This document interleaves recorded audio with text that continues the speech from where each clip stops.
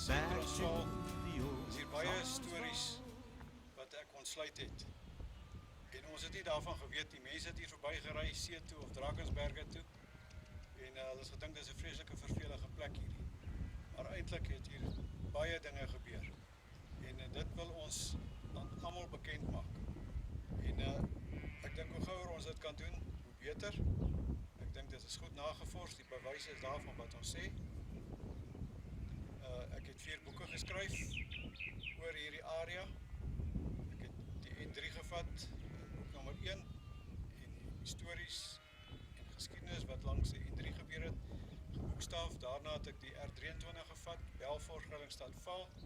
Die nommer 3 gaan oor van Val af Villiers toe. En nommer 4 wat tussen die N3 en Valdam en ook oor kan die Valdam gebeur het. Dit is vir my altyd fantasties om dit oor en oor te lees, want ek het dit net saamgestel. Ek het dit nie gefabriseer nie. Dis die geskiedenis soos wat dit werklik in hierdie omgewing gebeur. Hier is 'n monument wat ons opgerig het in 1988 met die herdenking van die Groot Trek deur die Rodekop en Volkswag tak. Dit is ongeveer 40 meter wes van Johanna Barnard se graf opgerig. Ek het dit spesiaal hier op die randjie opgerig. Ek kan daai reeltjie net vir julle lees. Hoe kan ons julle dank of eer betoon aan julle gedagtenis vergoed? Volharding, weergaloos, stoere moed, ons wat op julle erfenis woon. Ek dink dis baie paslike woorde wat op hierdie monument staan ter ere van hierdie eerste intrekkers hierso. Dit was ons voorreg om ook hierdie monument op te rig in 1988 met die herdenking van die Groot Trek. Vir die 3 boere wat eerste hier ingetrek het en hulle het gekom om te bly hierso, nie om verder te trek nie. Hier is nog steeds van die nageslagte van Goosen wat dele van Hekservuur besit.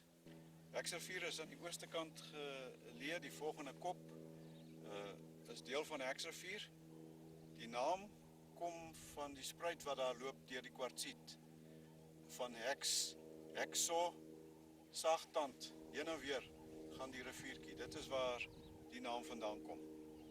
Rooiwal, waar Andries Buitel gebly het, is weer vernoem na 'n sloot wat daar is met 'n lang rooi wal, 'n erosiesloot. Dit is waar daar die naam vandaan kom. En Barnardskop is natuurlik vernoem na die Barnard vrou wat hier dood is as gevolg van die skok wat sy opgeneem toe die leeu voor haar huis gestaan het. Ons weet dat hierdie gebeurtenisse hier plaasgevind het as gevolg van oorlewering deur die mede-voortrekkers wat hier gebly het. Op die plaas aan die suidweste kant het die Lapperskagties gebly, wat ook voortrekkers was. En dan Barnard het aan Meyer verkoop en Meyer het onder andere, sy kinders het onder andere weer aan my oupa verkoop. So, dit is 'n storie wat algemeen bekend was in hierdie omgewing deur baie van die mense wat hier gewoon het. Soos oorgedra van geslag tot geslag. Ja, soos oorgedra van geslag tot geslag. En dan het ons die transportakte wat wys dat P.J. Barnard verkoop die grond aan Meyer. Hierdie is die graf van Johanna Barnard. Volgens oorlewering was daar veeboere wat alreeds voor die voortrekkers in hierdie omgewing gewees het. Hendrik Potgieter sê ook op 'n stadium, sy volgelinge staan tussen die Renosterrivier en die Vaalrivier. En sommige het hulle in die huidige Heidelbergse geplaas, by die suikerbosrande. So hierdie 3 boere wat hier ingetrek het, op hierdie plaas was dit Pieter Barnard en sy vrou. Sy was weer verwagtend en hulle het 'n 4-jarige kind gehad. Aan die ooste kant het Willem Goosen gebly en aan die weste kant Andries Buitel. Dit was die enigste 3 boere wat hier gewoon het en hulle het gekom om permanent hier te woon. Van Hekservuur wat aan die Goosens behoort het, is daar nog steeds van die dele van daai plaas wat aan die Goosens sy nageslagte behoort. Nou, volgens oorlewering het die 3 boere as die leeu's van hulle beeste gevang het, dan het hulle die leeu's gaan soek. En dit gebeur op die 7de April 1838 dat van Andries Buitel se beeste gevang is en die 3 mans het weer die beeste gaan soek. Die Barnard vrou en haar kind, wat ongeveer 4 jaar oud was, het hier agter gebly. Hulle het 'n riethuisie gehad en nog die wa. In die middag het die dogtertjie of seentjie vir haar ma gesê, kyk die groot hond hier voor die deur. En toe was dit 'n groot kragmannetjie. En omdat sy verwagtend is, het sy in 'n skoktoestand ingegaan, waar daar 'n spesiale naam voor is wat ek nou nie in my kop het nie.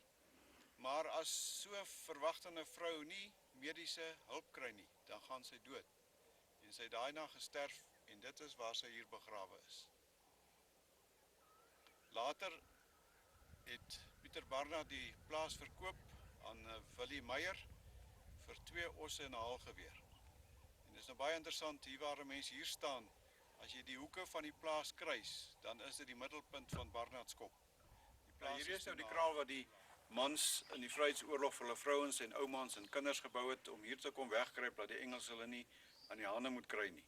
Nou hierdie plek kan van nêrens af gesien word nie, al staan jy bo op die kop of watter kant ook al, dit is so beskut, jy moet net met 'n vliegtuig hier oor hê om dit te kan sien. En hier het die vrouens gebly. Hulle het ook na weerskante toe ontsnaproetes gehad, as die kommando hulle gewaarsku het dat die Engels aan aantog was, dan het hulle aan die ander kant van die kop gaan wegkruip. Nou ek was ongeveer 7 jaar oud, toe ek die eerste maal hier gekom het, en van oorlewering, en mense wat nog self hier was, het ons hierdie inligting gekry wat vir ons vertel het, dat hulle hier weggekruip het. Ek veronderstel, hier was omtrent 7 verskillende families, wat hier gebly het in die oorlog. En hulle is nie gevang in die oorlog nie. Hulle kon elke maal na 'n kant toe ontsnap, as die Engels aan aantog was. So hulle was redelik beskut geweest deur die bome en die berg en die goed hierso, want ek het nou vir oom 'n interessante ding en ek gevra en oom het dit beamoen.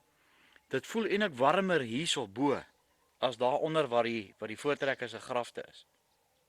Ja, 'n mens kan dan hierdie olienoutbome wat hier staan sien, want hulle is baie gevoelig vir koue. Op ander plekke ryp hulle dood. Maar hier is dit baie warmer, dis baie beskut. Hier is net een wind wat 'n mens kan pla, en dit is wanneer dit uit die suide uitwaai.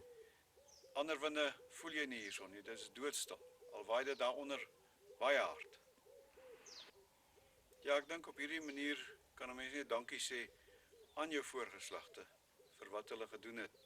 Want dit het gelei tot die tydperk waaraan ek groot geword het, wat die lekkerste tydperk in die Afrikaner volk se geskiedenis was.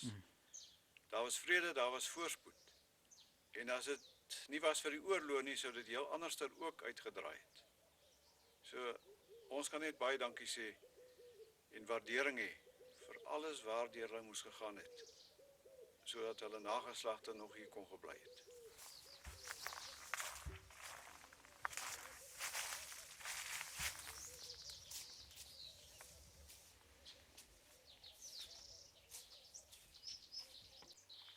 Hier staan ons nou in 'n geologiese wonder eintlik. Hierdie skeur is 114 meter lank, 13,5 meter breed, en soos julle kan sien is die rotse op party plekke tot 8 meter loodreg. Ek glo wat gebeur het, is dat die aarde op 'n stadium oopgeskeur het en lava het uitgestoot en gestol en die grond langsaan tot klei gebrand. En later het daar weer 'n skeur langsaan ontstaan en die lava daarteen daai gebrande grond opgestoot. Want ek het eendag 'n geoloog hier gehad en hy het teen die een kant gekap en teen die ander kant toe sê hy, maar dis nie dieselfde rots nie. Hulle is in verskillende tye gevorm. Nou hier het die boere in die Vryheidsoorlog 42 ossewaans en perrekarre kon wegsteek en hulle huisraad. En dit was ten minste 7 families van die omgewing wat hulle werktuie en huisraad hier kon wegsteek het. Nou die joiner het vir die Engelse gaan vertel en kolonel Remington het van Kroonstad af met 'n groot mag gekom. Eers kommandant van die buis sy huis wat 'n mens hier vandaan af kan sien, verbrand en toe hierheen gekom en alles verbrand en dit wat nie gebrand het nie, het hulle met hamerstukking gekap. Ek het hier 'n stukkie van 'n katelstyl opgetel en so rukkie terug 'n deel van 'n perrekar van die tent, die eyster wat hom in posisie hou as hy oopgespan was. Hierdie dinge weet ons alles omdat van die voortrekkers of van die mense wat in die Vryheidsoorlog was, hier gewoon het en vir ons vertel het en vir ons kom wys het toe ek nog 'n kind was. Die boom wat julle daar aan die agtergrond sien, is 'n wit stinkhout. Ek dink ek en hy is omtrent ewe oud. Want die eerste keer toe ek hier ingekom het, was hy omtrent so groot as wat ek op daai stadium was. Hoe oud was oom toe? Seker omtrent 6 of 7 jaar oud. My genade. Die vrouens se kinders wat toe die Engelse nou hierso kom, toe soos oom sê het hulle nou alles weet stukkend geslaan en verbrand en alles. Waar is hierdie vrouens se kinders toe heen gevat? Nee, hulle is nie gevang nie. Was hulle nie gevang Want nie? die kommando het hulle altyd kom waarsku. En dan het hulle hier om die kop gevlug. Na veiliger plekke toe. En as die Engels nou weggetrek het, het hulle weer teruggekom en verder hier kom woon. Ja, ek dink is onbeskryflik. As jy weet die laaste bietjie goed wat jy kon gevat het op jou plaas en jy kom hiernatoe en jy kom steek dit nou basies hier weg vir die Engelse. En hier kom hulle hier aan en hulle slaan die goed stikkend en hulle verbrand dit. En jy het nou basies weer gevlug en nou kom jy terug. En dit wat jy nog die laaste bietjie wat jy gehad het is ook nou daarmee heen. Hoe begin 'n mens oor? Ja, dit moes hartverskeurend vir daai mense gewees het. Dat hulle besitting so verniel is. En as 'n mens nou daaraan dink, dan besef jy die groot skade wat die Engelse aan ons kultuurskatte aangerig het. Ja, Want daar het bitter min daarvan oorgebly. Tot die koppies en borde en pierings is stikkend geslaan. Elkeen van hulle. Ek ken 'n familie in hierdie omgewing wat vir my sê, toe hulle voorouers nou terugkom na die oorlog en hulle kom by Johners huise aan, toe staan van hulle eie meubels daar. nou hoe skud jy weer hande met daai ou? Dit moet baie sleg wees. Ek weet nie, ek glo nie. Nee, ek ook nie. Hier waar ons sien waar die roes van die klippe af is 'n bewys dat hier vuur gemaak is langs die klip, want van die vrouens het ook hier ondergebly in hierdie skeur. En nie net almal daar bo in die kraal nie. Hulle het ook op die waans geslaap wat hier gestaan het. Ons is bewus van 3 groot veldslae wat hier plaasgevind het. Die een is op Botaskraal, so 14 km onderkant van Liers, en die ander een van Redenskop, net ander kant die Vaalrivier, en dan die slag van Grootvlei. Verder was dit maar klein skermutselings wat hier plaasgevind het. By die slag van Botaskraal is Frans Labuschagne in sy heup gewond. En die Engelse mag het daardie dag gekom en hier agter teen die kop kom oornag. Hulle het ook 'n paar vrouens gevang en saamgebring. En Frans het vreeslik gekerm en hy het hulle gesmeek vir water. Maar die Engels het geweier om water te gee. Een van die vrouens, en sy het dit aan my pa vertel, het hom aangebied vir hom water te vat. En hulle het daar geweier dat sy nie vir hom water mag gee nie. Teen 12 uur die nag het sy gekerm opgehou. Hy is toe dood en net hier agter baie vlak in die grond begrawe. Hy is later opgegrawe en ook op Standerton herbegrawe. Daar was geen teken van enige been oor sy hare in die suurgrond. Maar kommandant Buys se seun opgegrawe is nadat hy in Natal eers begrawe was en hier herbegrawe is. Moes meneer Geertsema 7 maal probeer om sy beenderre in daai kassie in te kry. So goed waar hy dit behoue gebly. En meneer Geertsema het ook vir ons gesê, as ons sy kopbeen kry, sal die dop afgekraak wees, want hy het 'n koel voor die kop. En toe ons daar kom, toe kry ons presies so, met die koel net hier bo aan die oog. In die Vryheidsoorlog het daar 'n baie traumatiese gebeurtenis plaasgevind. Die Engelse stuur van Heidelberg af 'n kommando om die vroue op Beerlaagte te gaan vang, sodat hulle konsentrasiekamp toe te kan stuur. Beerlaagte is langs die N3 waar Daswil is. Die kommando waarsku die vroue, hulle Hulle vlug toe Vaalrivier toe en die Engelse oornag toe die nag op Beerlagte. En die volgende oggend, dis in Julie maand, dis koud, toe val kommandant Fanny Buys en sy kommando hierdie Engelse aan.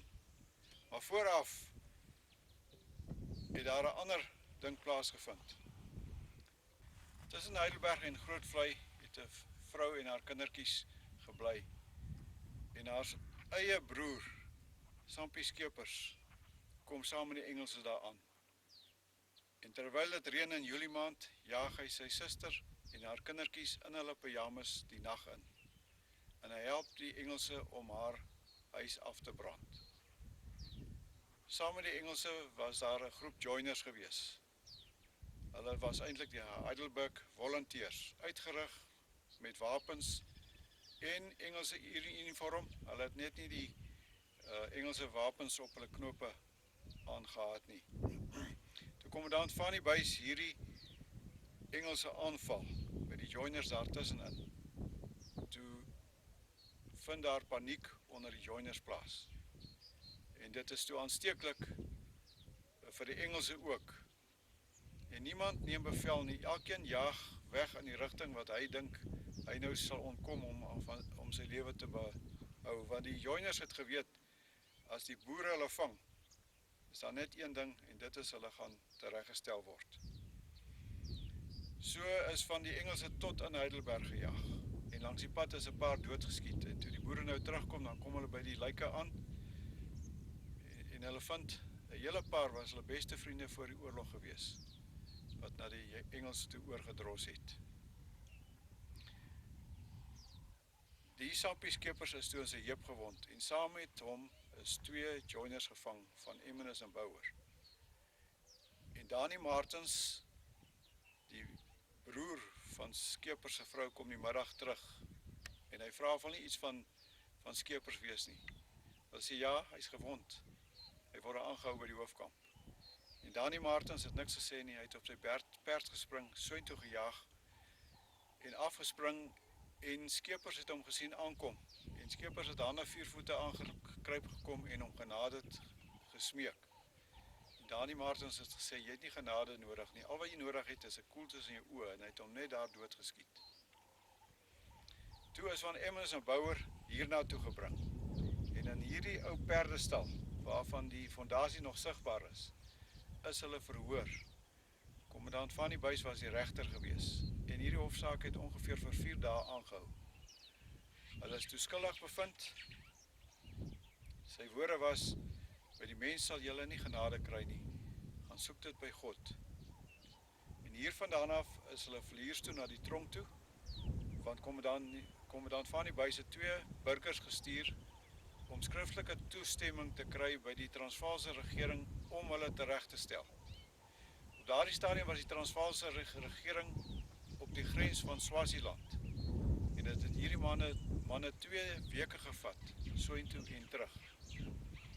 Intussentyd moes Frans Kreer na hulle omsien in die tronk op Villiers.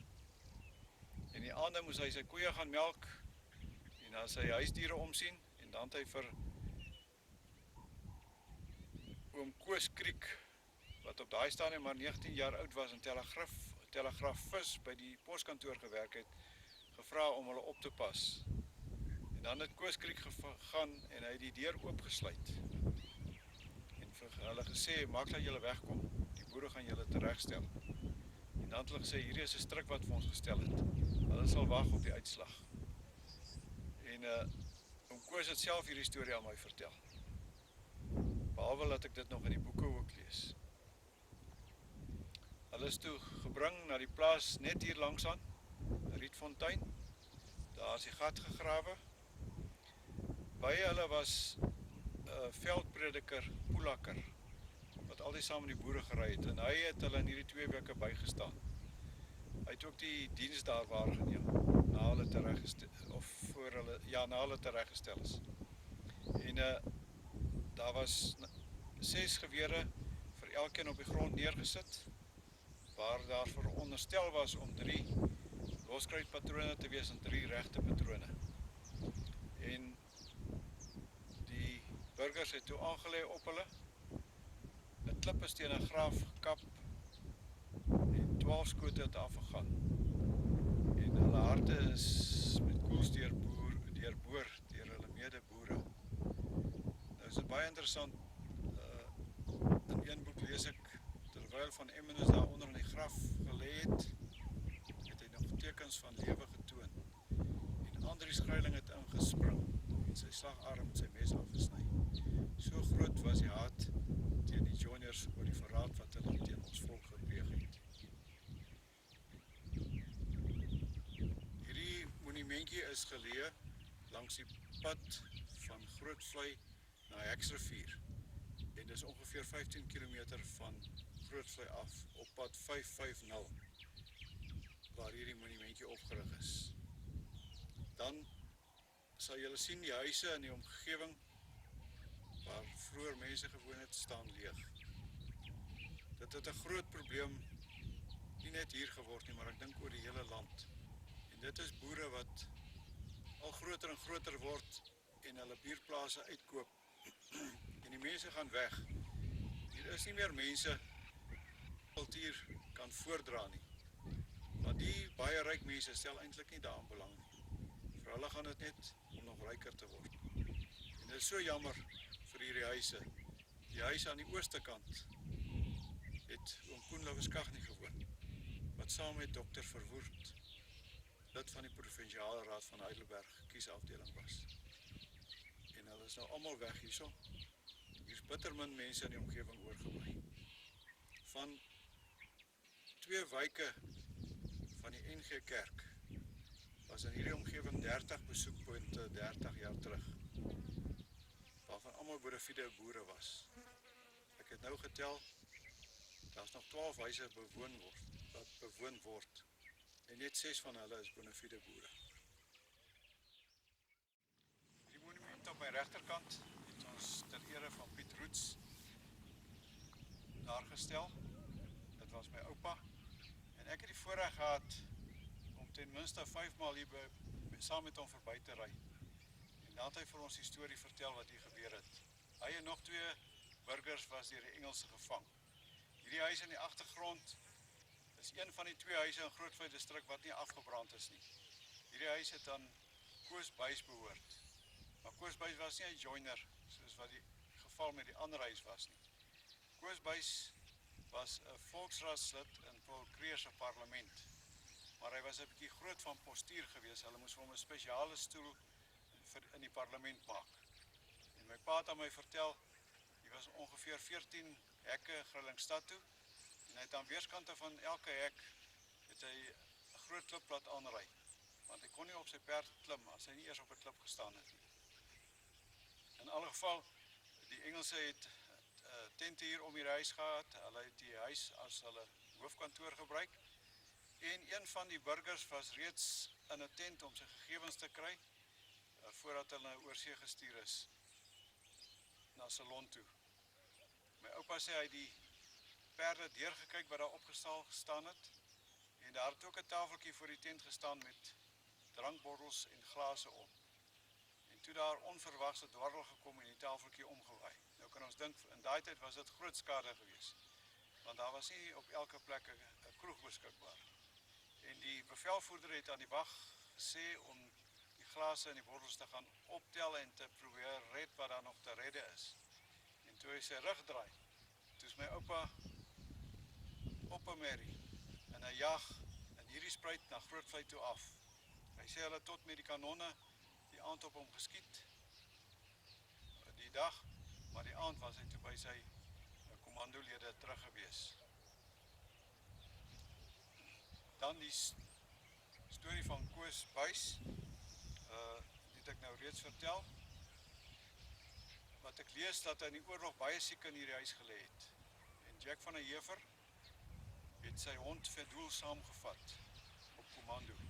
En Verdoel het vir hulle vreeslik baie beteken. Hy het hulle baie keer betyds teen die Engelse wat in aandtog was gewaarsku. Hierdie is die monument wat ons opgerig het vir Andries Buitel. Na die slag van Grootvlei, 26 Desember 1900, het hy die middag kom water drink in die fontein in die agtergrond. Terwyl hy water gedrink het, het 'n opslagkoel hom in sy rug getref en is hy daar op die plek dood. En hy is op die plaas Rooiwal begrawe en later herbegrawe in Bethal. Ons staan nou tussen die golfbaan op Grootvlei en die ou mynhuise hier op my linkerkant. Dit is waar die mynkantore was met die Vryheidsoorlog van die koolmyn hier op Grootvlei. Nou die slag van Grootvlei het plaasgevind op 26 Desember 1900. Wat hier gebeur het, dit was in die tyd toe die Engelse die boere se huise afgebrand het. Saam met kommandant van die Buise Kommando was daar 'n Duitser gewees, Wilhelm Hengold. En nou kom agter die boere was maar baie bang vir die grof geskit van die Engelse. Wilhelm Hengold het vir hulle gesê, maar daar's 'n plan om dit te oorkom. Hulle moet tot naby met hulle perdejag afspring en die kanonniers doodskiet. Nou die boere wou nie daar byt nie, maar dis die eerste maal hier op Grootvlei het hulle dit toe uitgevoer, met baie groot welslaag. Kommandant van die Buise kommando het in 4 verdeel. Aan die ooste kant het hulle in die riete gaan skuil. Aan die noorde kant is 'n pan waar 'n deel van die kommando geskuil het. Aan die weste kant en aan die suide kant is daar ook 2 waterpanne waar 'n deel van die kommando geskuil het. Nou my oupa en my oupa Grootjie, hulle was hier na die weste kant toe in 'n pan wat ongeveer 2 kilometer hiervan af is. En die boere het gewag tot hulle die rook sien uittrek na die suide kant toe, waar die Engelse toe besig was om die huise af te brand. Toe het hulle nader gejaag en van hulle perde afgespring, op omtrent 200 tree en op die kanonniers geskiet. Daardie dag is daar 9 doodgeskiet op die slagveld. 2 is die volgende dag in Groningstad oorlede wat gewond was. En my oupa Piet Roots het vir my hierdie storie ook vertel. En hy het nie eers geweet dat dit die slag van Grootvlei genoem word nie. Hy het vertel dat my oupa Grootjie het net met 'n Henry Martini geweer in die oorlog geskiet. En dan het hy die slagdopie uitgehaal, die kruit uitgegooi en 'n 410 halpatroonse kruit daar ingedruk. En het van elke koel 'n dim-dim gemaak, met sy mes en kruis daarop uitgesny. En na die slag het kommandant van die buis, toe hulle nou hier kom, my oupa Piet nader geroep, my oupa Grootjie Piet, en gesê, oom Piet, kom kyk, hier lê jou 5 Engelse. So 5 van die 9 het hy doodgeskiet, want hulle kon sien waar die dim-dim koel 'n liggaam getref het. Daardie aand toe vra 'n jong man vir my oupa Grootjie, nou oom, hoekom maak jy nou van jou koels dim-dims? Toe sê hy van Boetie, ek het nie gekom om die Engels te kwes nie, ek het gekom om hulle vrek te skiet. Nou, dit klink nou wreed, maar kom ek vertel julle verder wat gebeur het. Voor dit, tussen Frankfurt en Heilbron, het Philip Roots gebly. Moontlik 'n broer van my oupa Grootjie, of ten minste 'n neef. En 'n Engelse scouts het daar aangekom. Dit is die swart mense wat vir die Engelse gewerk het. Daar het 'n skermutseling die aand plaasgevind, want daar was nog 'n paar boere en Philip Roots is in sy heup gewond. Die boere het hom daar op sy bed gesit. Daar was nie eers 'n deur voor nie. Dis net 'n sak wat voor die deur gehang het en hom en sy vrou en sy kinders daar gelos. Daardie nag het die scouts weer teruggekom. Hulle het hom uitgesleep en doodgeslaan en sy ore afgesny. Want die bevelvoerder van die Engelse op Heilbron was Powell en hy het vir die swart scouts gesê, vir elke oor van die boere wat julle vir my bring, gee ek julle 5 shillings. Hy het 'n logboek daarvan aangehou. Nou kan 'n mens verstaan hierdie haat teen die Engelse, wat nie net ons land en ons goed kom vat het nie, maar ook ons familie en ons vrouens en ons kinders op wreedaardige wyse vermoor het. Ons staan nou op die plaas Beerlaagte, hier in Grootvlei omgewing. Aanvanklik was dit Bierlaagte. Die Engelse het die koolmyn hier oopgemaak en hulle het swartes gesoek om in die myne te werk, want hier was op daai stadium feitlik geen inwonende swart in die omgewing nie, en hulle het swannas ingery, en op hierdie plaas het die swannas gebly, en hulle het bier gestook, en die boere het van hierdie plek as bierlaagte gepraat, en die Engelse het dit toe verander na beerlaagte toe. Dit is waar die naam vandaan kom. Nou in die Vryheidsoorlog, of na die Vryheidsoorlog, was hier 'n settlement, of 'n opheffingskamp, vir 500 joiners en hensoppers uit Heidelberg distrik. Die geboue hier naby is deur hulle opgerig. Dit was nie baie suksesvol nie. Hulle is later vervang met bittereinders en toe het dit baie beter gegaan. Nou wil ek julle vertel van die grafte wat hierso te siene is. In Augustus 1901, dit was baie koud gewees, het Majoor Valentine kommando hiernatoe gestuur om die vroue laar te vang en in te bring sodat hulle na konsentrasiekampe toe gestuur kan word. Nou tussen hulle was van die Heidelberg Volunteers.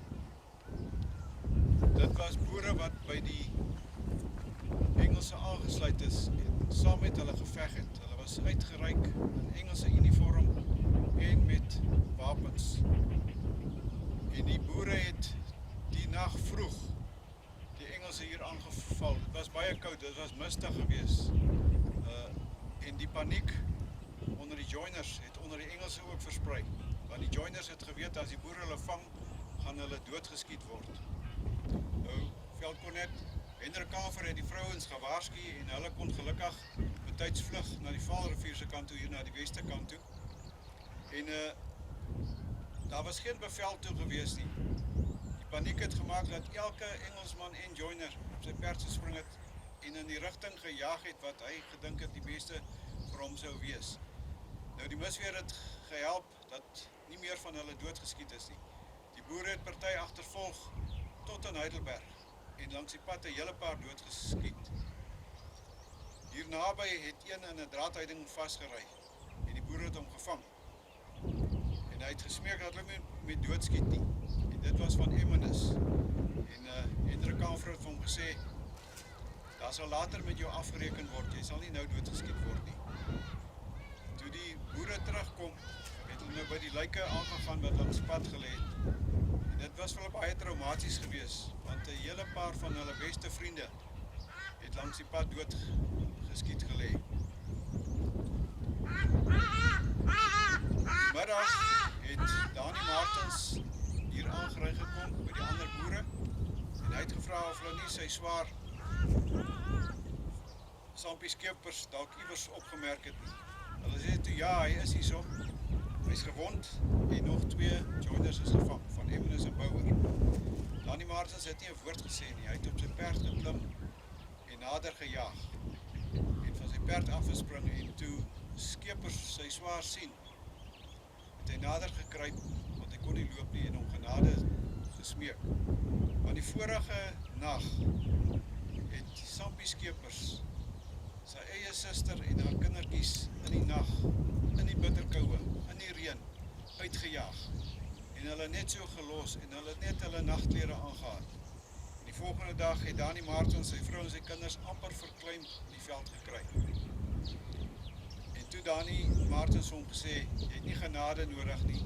Al wat jy nodig het, is 'n koeltjies in jou oë en hy het hom net daar doodgeskiet. En een van hierdie grafte is die van Sampie Skeepers wat hier begrawe is. Na die oorlog was hierdie 'n settlement, opheffingskamp vir 500 hensoppers en joiners uit Heidelberg distrik. Hulle is hier voorsien van trekdiere, van gereedskap, van saad en elkeen het 'n paar morge grond gekry om te bewerk, om hulle weer op die been te kry. Maar in die boeke lees ek, en veral in 'n Engelse boek, sê die ou, they were the scum of the Boers. Hulle was skelm, hulle het mekaar sy gereedskap gesteel. En dit het nie goed gegaan nie. Op die ou einde het hulle bittereinders ook hier ingebring. En hierdie kamp van die 9 in Transvaal en die Vrystaat was die suksesvolste van al die kampe gewees. Nou na die oorlog het Sammy Marks van hierdie gronde uitgekoop, 'n baie groot gedeelte, en die mense het altyd gepraat van die company gronde. En in die 1920s het hy die boer wat hier gebly het, wie van Stilwell was, gestuur om boere te gaan soek om op die gronde te kom bly. En die Stilwell het sy Spider gevat en hier in die Vrystaat afgery tot in die Oos-Kaap. Het hy boere gesoek. En hulle het hulle hier kom vestig. En baie van daai nasate is nog steeds hierso. Hulle het later die gronde gekoop by die companies en suksesvolle boere geword. Wanneer ek hier staan, dan kry ek hoendervleis. Want ek staan by die huis wat generaal De Wet in 1880 eiehandig gebou het. Dit was 'n 3-vertrek huis en hy het van 1880 tot 1885 hier in die Transvaal gebou. Hierdie plek is maar skaars 3 km van die N3 af en 1 kilometer van die R54, die verliersverenigingpad af, en bitter min mense weet van hierdie historiese gebou. Vir my wens ek, ons kan dit herstel, as 'n nasionale monument kan verklaar kry, en dit weer in sy glorie herstel, soos wat dit was. Generaal De Wet is in 1880 verkies as volksraadslid van die Vrystaat, en volgens die grondwet van die Vrystaat moes hy toe weer terugtrek Transvaal toe. En in 1881, met die slag van Majuba, het hy die Rode Koppers aangevoer, want hierdie was die Rode Koppenwyk van distrik Heidelberg van die ou ZAR, en nie verkeerdelik die Vrystaaters soos baie keer aangevoer word nie. Ons lees in die boeke van sy braafheid ook daar by Majuba, en dat hy agterna eers by die laar gekom het, maar saam met die eerste mense uitgeklim het bo op die kruin van Majuba, saam met sy medemakkers hier van die Rode Koppenwyk.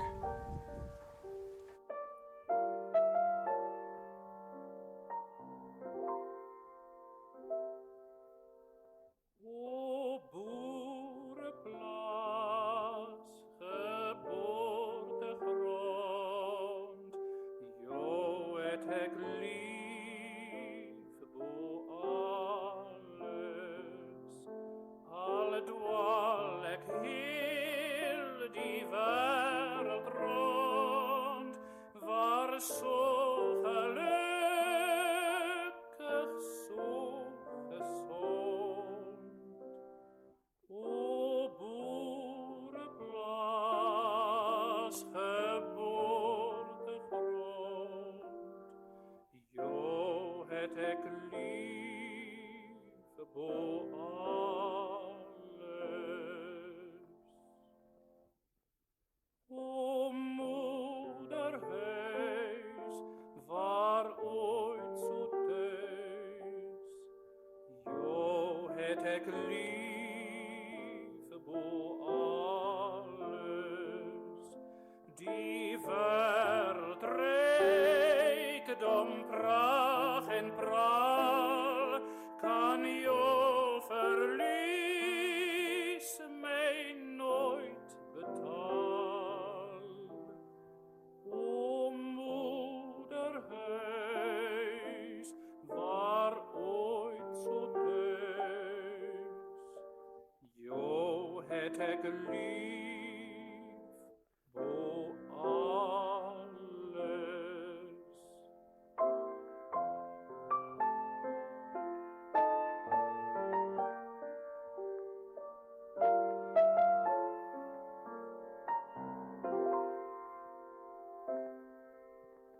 O moedertaal, o soetste taal, jou het ek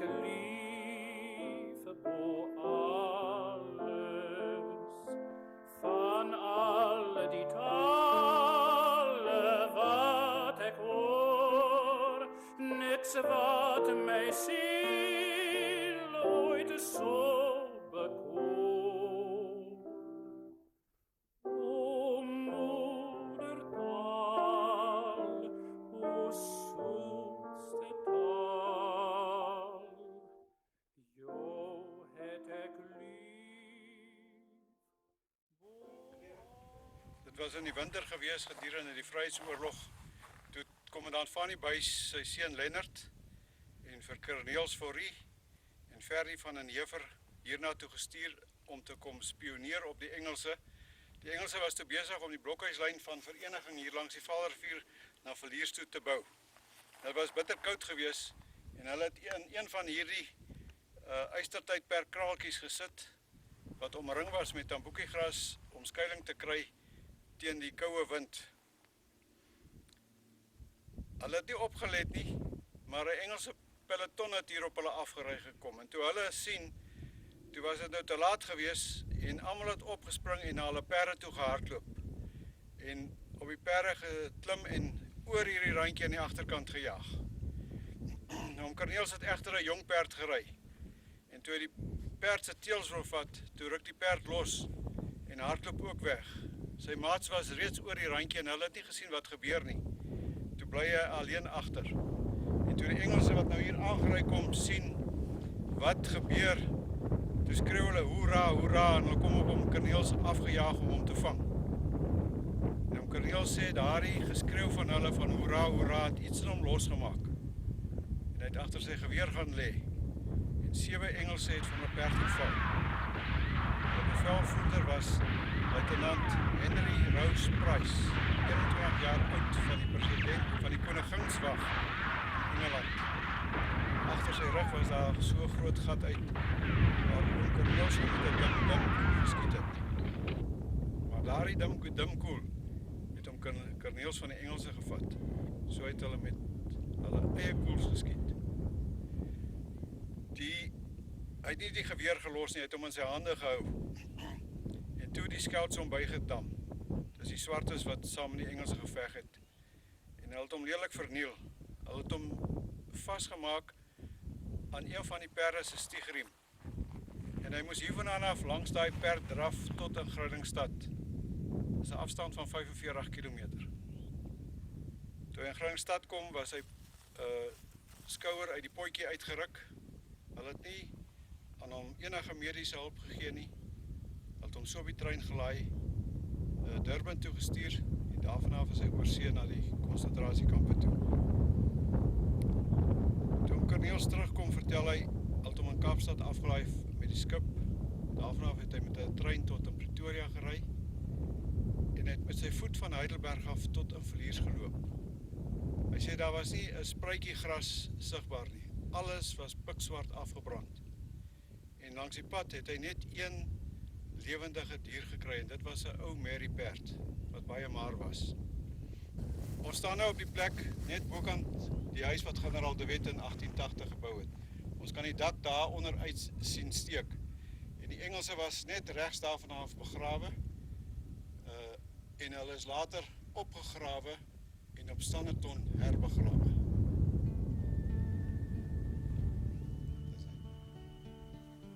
As almal ver is, word die hart skielik oud. As die wêreld te ster is, afsydig en koud, smeer die gordyne 'n komplot in die lug. Krimp die kusyne en deure sluit dig. As almal ver is, Hier staan ons nou by die huis van kommandant vind Fanny Buys, jy jouself kommandant van Heidelberg Kommando. waar jy in laaie Sy vrou in was stil haar Nooi kamer Skagenie stel. van die buurplaas gewees. En dan het sy gelukkig nagelaat wat sy oorvertel het aan 'n bondsma wat dit op skrif gestel het. En sy vertel en dit staan hier op 'n laty van die huis dat die huis gebou is op 29 Junie 1899 en afgebrand presies 'n jaar daarna deur die Engelse. En dan vertel sy wat gebeur het toe die Engelse hier aangekom het en waardeur hulle alles moes gegaan het. En hulle het 'n paar minute tyd gehad om die nodigste wat hulle kon kry bymekaar te maak. En vertel sy in detail hoe onbeskof en barbaars van die Engelse hulle gedraai het. En alles verbrand het. Die erdewerk is stukkend geslaan. Daar het niks oorgebly nie. Hulle moes daarna in 'n stal gaan bly het vir 'n tydperk voordat hulle weggevoer is na die konsentrasiekamp op Heidelberg. Kommandant Buys was 'n baie gewilde kommandant en 'n beminde kommandant onder sy manne gewees. Hulle het baie groot respek vir hom gehad en hy het baie goeie resultate gekry in die Vryheidsoorlog. Maar by die slag van Bothavskraal, hier naby Villiers teen die Vaalrivier, het hulle die Engelse bestorm en hulle moes oor 'n plat gedeelte nader hardloop en 'n opslagkoel het hom net onder sy knie getref, wat gemaak het dat hy sy been verloor het. En hy is toe in Bloemfontein in Pretoria in 'n hospitaal aangehou en daar is die been toe later afgesit. Sy vrou was ook familie van generaal Joubert en generaal Joubert se vrou het hulle baie bygestaan in daardie tyd. Dan het kolonel Remington het van Kroonstad afgekom met 'n groot mag en hy het eerste kommandant van die Buys se huis afgebrand. Hulle het ook aan haar 'n ultimatum gestel. As sy sou vertel en haar man oorreed dat hy die oorlog moet vaarwel toeroep, dan sal nie die huis afbrand nie. En sy het net geweier en gesê sy sal dit nie doen nie en daarby vas bly staan. Hier waar ons nou staan is seker so 5-6 kilometers weg van waar ons nou by generaal De Wet se huis was. Het hulle twee kontak met mekaar gehad gedurende daai tydperk? Ja, hulle het definitief kontak gehad, want generaal De Wet het baie in hierdie tyd, in hierdie omgewing geopereer, omdat hy die wêreld geken het en geleer ken het in die 5 jaar wat hy hier gewoon het. Hulle het baie kontak met mekaar gehad. Ek wil vroeër vandag vir oom dit gevra het, maar ek het nou gewag. Hierdie is nou 'n baie goeie geleentheid. As 'n mens nou dink, jy het nou of jou voorouers het getrek oor die Drakensberge, hulle hierso het hulle nou 'n huis kom opsit. En hier het jy nou begin om vir jou 'n huis te bou met jou familie. En hier het jy wonderlike tye gehad en swaar tye en warm somersdae en koue wintersdae. En hier kom die Engelse aan en hulle kom brand jou huis af. Oom is nou al 71 jaar oud. Ek wil nou net by oom hoor. Hoe sal 'n mens nou gevoel het as jy nou, soos wat ons hier buite kan staan, die Engelse kom en hulle steek jou huis aan die brand? Wat sal deur 'n mens se gedagtes gaan as jy sien en jy kan niks doen nie omdat hulle die oormag is? Ek dink ek kan amper kommandant van die Buys se vrou se woorde aanhaal. Dis onbeskryflik om dit te beskryf. Maar dit moet verskriklik wees. Dit waarvoor jy jou lewe lank gewerk het, word in 'n uurse tyd afgebrand en stukkend geslaan. Ek dink dit is amper soos om voor 'n tyd gestel te word, jy gaan oor 5 minute doodgeskiet word. Ek weet nie, 'n mens kan seker nie nigter dink op daai stadium nie. Dink jou hele lewe flits so voor jou verby? Ja, ek dink dit gebeur definitief. Al daai hoogte en laagtepunte word opgeroep en vlieg voor jou verby. Dink oom die boere het baie moed gehad. Want toe die huis afgebrand was, het die boere nie moed opgegee nie. Hulle het hierdie huis weer van die grond afgebou. Ja, dit is iets amper onbeskryflik. Maar dit is soos ek geloof verstaan. Dat in daai swaar tye gee die Here jou die krag om jou daardeur te dra, sodat jy weer verder met jou lewe kan aangaan. As dit nie vir daardie geloof was nie, sou dit baie, baie moeilik gewees het.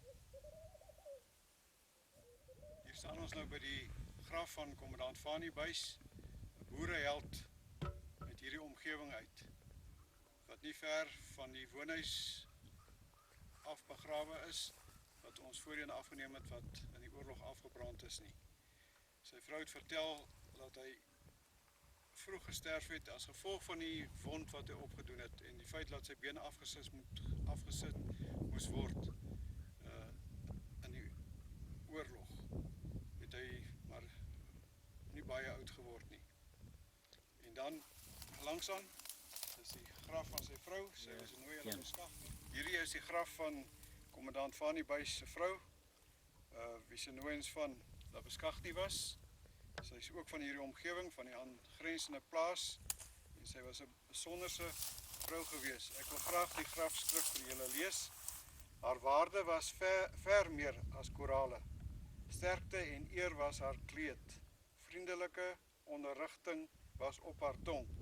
Haar seuns en dogters noem haar gelukkig en prys haar.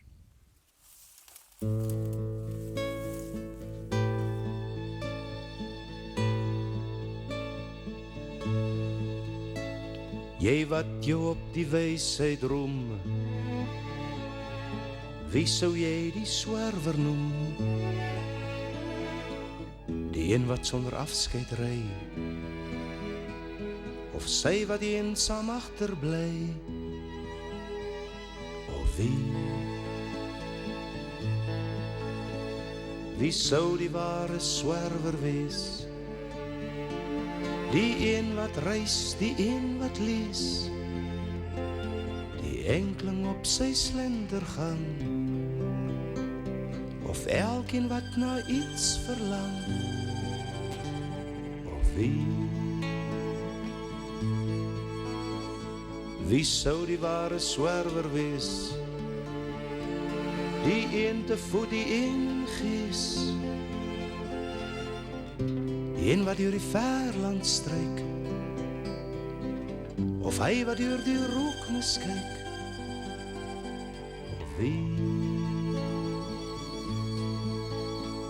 jy wat jou op die wysheid roem, wie sou jy die swerwer noem? Die een met tas en reisbiljet, of elkeen wat nog drome het, of wie?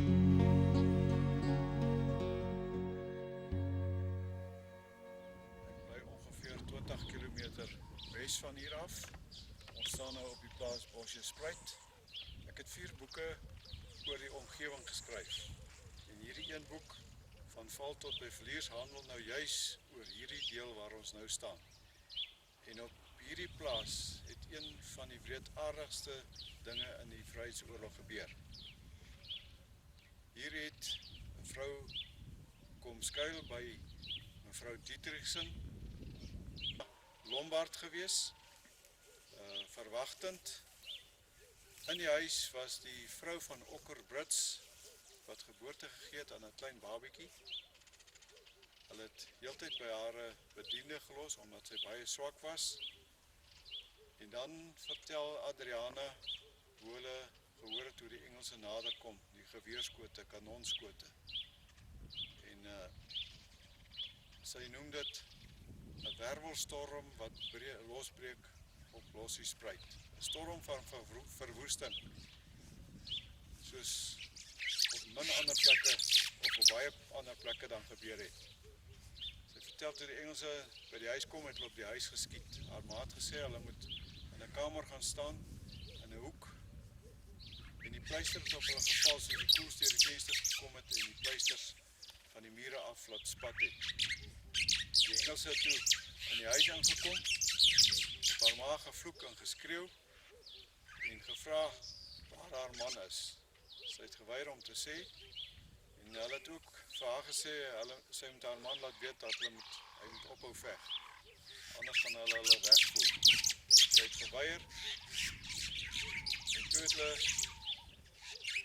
by die kinders gegryp en hulle wou by hulle uitvind waar hulle pa is. Maar die kinders het op hulle lippe gebyt en geweier ook om iets te sê. Adriana het toe gesê hulle moet die kinders uitlos en liewerster soos mans teen die boere in die veld gaan veg. En dit het die Engelse nog meer woedend gemaak. Hulle het die kaste oopgeruk, alles uitgeruk, alles verwoes. En dan vertel sy, hulle het 'n paar minute tyd gehad uit te vat wat vir hulle kosbaar was. En daarna die Engelse hierdie huis aan die brand gesteek. Dit wat nie verbrand het nie, en met 'n hamerstuk geslaan. En sy vertel verder, dit het vir 3 dae op hierdie plaas aangegaan. Elke lewende ding is dood geskiet of kele afgesny. Hoenders, ganse, bokke, perde. Wessel Dietrichson was bekend vir die baie mooi perde wat hy gehad het. En hier in 'n kraal het hulle 'n klomp perde doodgeskiet. Op die hele plaas, alles wat hulle kon kry wat lewe, is doodgeskiet. Dit was 'n hengse verwoesting wat hulle hier aangevang het. En die arme vrou met haar babietjie, hulle het haar ook nie ontsien nie. Sy is ook uit die bed uitgeruk. En hier vandaan af is hulle weggevoer na die konsentrasiekamp op Standerton. En daar het 'n baie aangrypende ding plaasgevind. Adriana het toe geboorte geskenk aan 'n seentjie. Later het sy baie siek geword. Hulle het haar na die kamphospitaal toe gevat. En hulle wou eintlik nie die kinders by haar toelaat nie. Tot op haar sterfbed het hulle toe die kinders toegelaat om by haar in te gaan. En toe hulle by haar in die tent kom, het die suster uitgegaan en Adriana en haar 3 kinders was alleen. En daar op die tafeltjie het 'n glas met brandewyn gestaan wat die dokter vir haar voorgeskryf het as medisyne.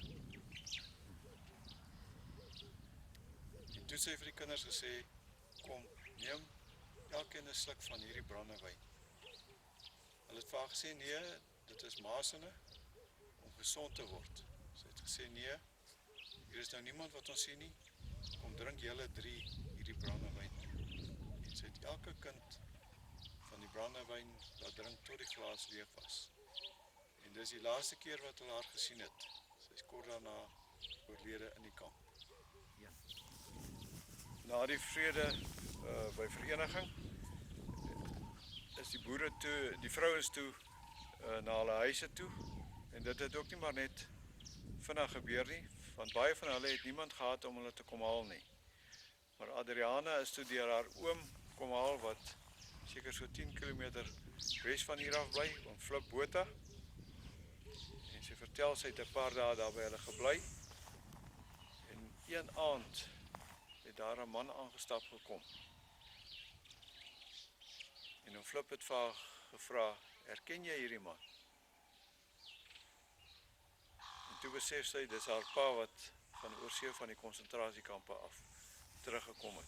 En sy vertel die omhelsing wat daar plaasgevind het, want dit was toe net sy wat oorgebly het. Haar ma en die ander 2 kinders is albei in die konsentrasiekamp dood in Standerton. En sy sê, hulle daardie nag deurgesels tot die son die volgende dag opgekom het, om nuus uit te ruil van hulle ondervindings. Met die rebellie in 1914 het 'n verliese vrou gebly met die naam van Hessie Rotman. Daar het ook 'n man vir die regeringsmagte gewerk met die naam van Willie Pretorius. Hy was 'n joiner uit die Vryheidsoorlog. En hy was aangesê om die rebelle se huise te visinteer vir wapens en te kyk of die rebelle nie teruggekom het nie. En as hulle by so 'n huis gekom het, hy en sy makkers, dan het hulle in die spens ingegaan en al die vrugtebottels en konfytbottels oopgemaak. En daaraan geproe. En dan moes die vrouens dit weggooi, want omdat dit lig gekry het, het dit dan sleg geword. Nou Hessie Rotman het nou haar mes ingehaat vir hierdie Willie Pretorius. En een dag sien sy, hier kom hulle weer in die straat opgestap. En sy maak 'n seepsoda oplossing aan. En sy sluit die onderdeur en die bodeur se grendel. En sy staan reg by die deur. En net voor hulle die deur oopbreek, toe ruk sy die bodeur oop en sy gooi die seepsoda oplossing na Willie Pretorius. Maar dit tref toe vir Stoffel Roots wat langs haar gestaan het in sy oog. Hy het daardeur sy oog verloor. Ek het homself geken en gesien, hy het altyd 'n klapjie op sy oog gedra. Sy is toe aangekla en sy het 6 maande tronkstraf gekry. Nou toe hierdie tyding by die ander broers kom, wat saam met generaal De Wet iewers in die Vrystaat was, toe sê hulle, dis jammer, dit was nie in die ander oog ook nie. So erg was die haat tussen broer en broer, omdat Jan Smuts en Louis Botha toegelaat het, dat die boere aan Engelse kant teen die Duitsers gaan veg het, skaars 12 jaar na die vrede van vereniging gesluit was. Dit was onverstaanbaar dat hierdie staatsmanne so iets kon besluit het. Dat sy haar tronkstraf uitgedien het sy met die trein tot op Ringstad gekom en daar het hierdie Wessel Dietrichson wat hier gebly het, haar met sy perde en Spider op Ringstad gehaal. Hy was bekend vir die mooi perde wat hy aangehou het. En die perde was opgemaak met volstruisvere. En hy het haar verlies toegevat en daar was 'n groot fees gevier toe Hessie Rotman terugkom.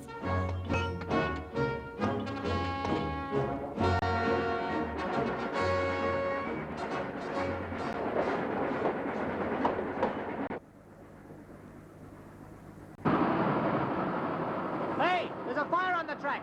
It looks like an ambush. Let's go through. But the line might be smashed at that point. I'm not staying here while this ammunition blows up.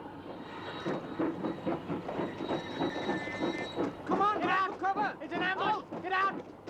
Out, everybody, out! At the double!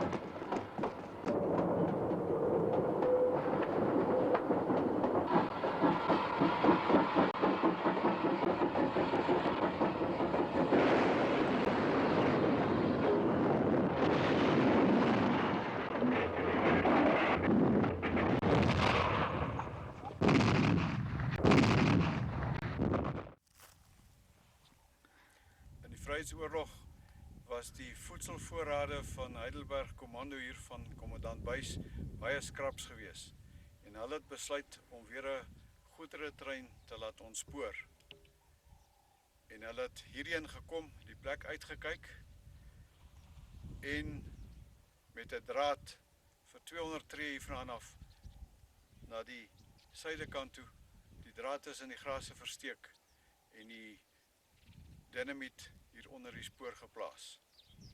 Hulle sou hierdie ontploffing met 'n hangstand afsit.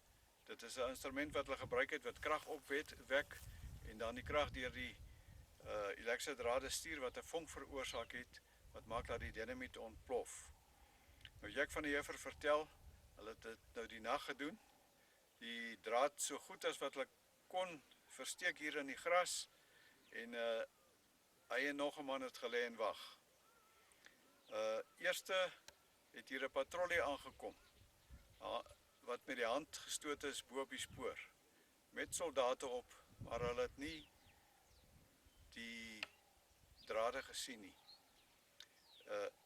Toe lê hulle nog in wag en toe kom hier 'n perdepatrollie reg op hulle afgery waar hulle lê.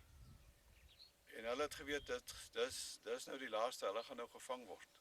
Maar hulle het gesê hulle gaan nie net so maklik gevang word nie. Hulle het die patrone in hulle geweerslotte ingedruk en hulle was gereed om te skiet. En omtrent 100 tree van hulle af het die patrollie skielik stilgehou. En die perde het in twee verdeel. En die een klomp Engelse het noord gery en die ander klomp het wes gery. Weg van die spoor af. En hulle hoor toe, daar kom weer 'n trein aan. Toe is dit 'n troepetrein. Nou hulle sê hulle het plat geraak met die aarde, want hulle weet nou as hierdie troepetrein hulle sien is dit klaar plat. Maar die trein is ook verby. En die son brand. Hulle kon toe daarom van die een sy na die ander sy rol as hulle klere te warm word. En toe hoor hulle daar kom weer 'n trein aan, toe is dit 'n goederetrein. En toe die lokomotief reg oor die dinamiet kom, het hulle dit afgesit en die lokomotief het omgeval. Op daai trein was daar geweldig baie voedsel gewees. Vleis, groente, maar ook baie drank gewees. Nou lê hulle aan wag dat Kommandant Buys en sy kommando moet kom. En hulle sê dit het vir hulle vreeslik lank gevoel voordat die kommando hier aangejaag gekom het. Maar Kommandant van die Buys heel voor op sy pad Hermit het hy gejaag. En hulle toe die paar Engelse oorrompel hierso. En hulle was nou baie dors en Jack het een van die bottels drank in die hande gekry en daar geproe om sy dors te les en toe weer aan 'n ander soort drank. En hulle was naderhand baie vrolik gewees en het gesing hier in gestaan het. Hulle het ook aan die paar Engelse drank gegee en gesê hulle moet saam met hulle drink. Nou, Jack van der Heever het bietjies te veel van die verskillende soorte drank ingeneem. Kommandant Fanie Buys het by hom gekom en gesê, dis nou genoeg, nie meer 'n druppel vir jou nie. Hulle het toe die trollies vol van die kosbare kos en gelaai, wat hulle op Rodepoort myn, dis ongeveer 10 km hier in die skag gaan wegsteek het, en daarvandaan af het hulle dit verdeel na hulle vrouens toe wanneer hulle tyd gehad het.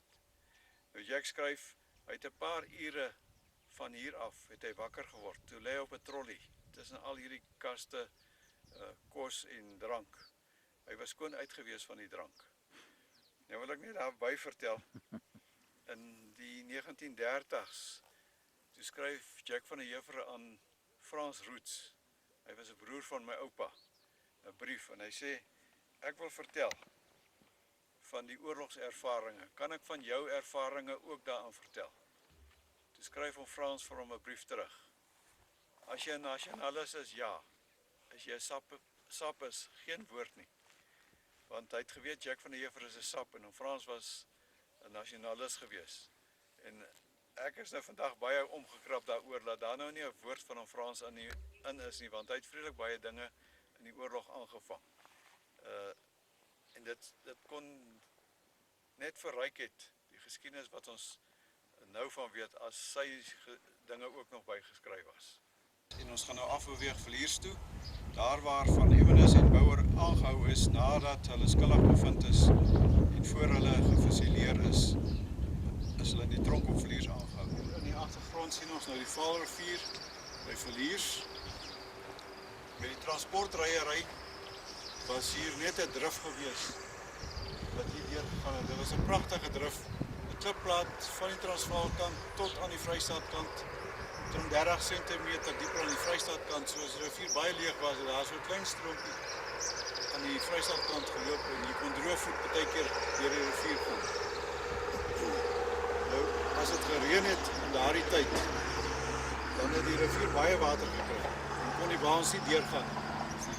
Dan is het aan die Vrystaadkant en hier aan die Transvaalkant tot 3000 posse aan elke kant. En dit het groot probleme veroorsaak wat veiding betref en kos vir die transportryers. Daar is toe later 'n pont ingestel om hulle heen en weer te vat, en dit het dit daarom toe baie verlig. Nou, in die oorlog, en ek het die voorreg gehad, my oupa Piet Roots, die het vir my baie keer vertel as ons oor hierdie brug gery het hulle hier afgekom, waar die Engelse meer as 3000 skape uit die Vrystaat uit Transvaalkant toe wou jaag. Maar die skape wou nie deur die water nie, want die skape het 'n natuurlike vrees vir water. En toe die Engelse gegaan, en hierdie skape op mekaar gepak. En in die boek, The Heidelbergers of the Boer War, skryf Jan Uys, dat het 200 tommies 20 minute gevat om daai skape dood te skiet. En my oupa sê, toe hulle nou hier kom, het hulle van die skape afgehaal wat bo lê, wat dood is, onder, wat hulle uitgehaal het, wat weer opgestaan het en geloop het. So erg het die Engelse ook onder die diere in gevaar, om alles dood te maak, sodat die boere en hulle vrouens en kinders nie kos het om te eet. Het hulle van die skape en goed geëet of nie? Ja, hulle het toe, want kos was altyd 'n probleem. Hulle kom toe uit die Vrystaat uit, waar hulle aan 'n operasie deelgeneem het. En dit was net voor die slag van Botchaskraal wat hier plaasgevind het. Seker so 10 km wat hulle op die skape afgekom het. En natuurlik mag die boere wat nou nog hier gebly het, seker niks van daai skape en goed gekry het nie. Nee, eintlik het die joiners hierdie skape en beeste van die boere afgeneem. En die Engelse het met hulle ooreenkoms aangegaan. 20% van die vee wat hulle roof by die boere, is die Engelse se. Die ander 80% het hulle skriftelike bewys gekry wat na die oorlog aan hulle uitbetaal is. Dit is waar jy kry dat in omgewings daar joiners is wat vreeslik ryk is. Dit was die boere se vee wat hulle gesteel het. In totaal was daar 5000 464 joiners gewees, betaalde amptenare van die Engelse regering. En na die vrede van vereniging het hierdie joiners petisie opgetrek en na die Engelse toe gegaan en gesê, maar ons het julle gehelp aan die oorlog, julle het nou aan die burgers 'n bedragie betaal. Wat van ons wat julle gehelp het? En toe is daar weer aan hulle nog 'n groter bedrag per persoon uitbetaal as wat die burgers gekry het. Behalwe hierdie geld wat hulle gekry het van die vee wat hulle geroof het van die boere.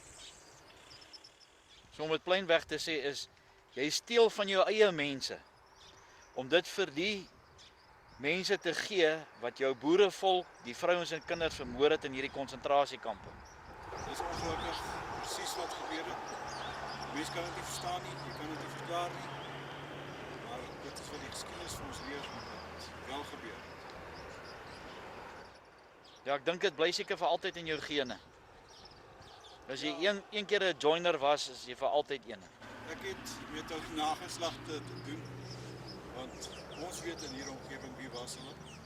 En dit is nou maar die man wat jy nie op sy woord kan vat nie. Jy kan hulle nie vertrou nie. Op een of ander manier loop hulle jou nog in. Ja, kom ons begin by die witkoppe. Dit is die mense wat moedeloos geraak het en neutraal gebly het. En 'n ooreenkoms met die Engelse aangegaan, hulle gaan nou aan niemand se kant veg nie. En hulle was die hensoppers genoem. Maar hulle was in die konsentrasiekampe aangestel om toesig te hou oor die boerevrouens. Toe die boerevrouens hulle handsippers genoem. Want hulle het gesê hulle was net daar om hulle hande te hou om sipper te kry. Dit is waar die woord handsipper vandaan kom. En dan het jy die joiner gekry wat vir die Engelse gewerk het, vee bymekaar gemaak het of selfs met geweer teen die boere geveg het. Gewoonlik het 'n joiner 'n klompie scouts onder hulle gehad. Scouts is swartes wat by die Engelse aangesluit het, teen betaling, om boerevrouens en kinders te gaan vang, om konsentrasiekampe toe te gaan, om hulle te spioneer, om te weet waar is die boerekommandos. Hulle het heen en weer beweeg om hierdie inligting aan die Engelse te gee. En dan kry jy die Heidelberg volunteers in hierdie gebied wat uitgeruik was met Engelse uniform. Behalwe die uitkenningstekens was nie aan die uniform, met gewere en ammunisie wat hulle saam met die Engelse teen die boere in sekere veldslae geveg. En die bittereinders, wie was hulle gewees? Die bittereinders is die boere wat tot aan die einde van die oorlog bly veg het, en die wat gevang is en deur see gestuur is na die konsentrasiekampe. Hulle word die bittereinders genoem. Oom Ludwig, ek en oom was by generaal De Wet se huis, wat nie baie ver van hier is waar ons nou staan, hier by die ou staalbrug hier op Villiers nie. Maar in die DVD van Boereverraaiers kom generaal De Wet se broer se doen en late telkens voor, rakende die Anglo-Boereoorlog, dat hy eintlik later van tyd ook 'n joiner uitgedraai is. Moet jy vir ons bietjie meer vertel van die geskiedenis? Ja, Piet De Wet het toe saam met generaal De Wet hier in Transvaal gebly, maar in 1885 is generaal De Wet verkies as volksraadslid van die Vrystaat en volgens die grondwet moes hy toe terugtrek Vrystaat toe. Nou weet ek nie wat het van Piet geword nie, maar in die Tweede Vryheidsoorlog het Piet De Wet aan die begin aan boerekant geveg. En daar's baie bronne wat sê hy was nog 'n betere taktikus as generaal De Wet self. Hy was briljant geweest. Nou in die begin het die joiners 5 shillings 'n dag gekry. Toe die Engelse dit uitgefaseer en gesê vir joiners, maak vir ons die boere se beeste bymekaar. Piet De Wet was 'n veehandelaar. Dit het hom soos 'n handskoen gepas.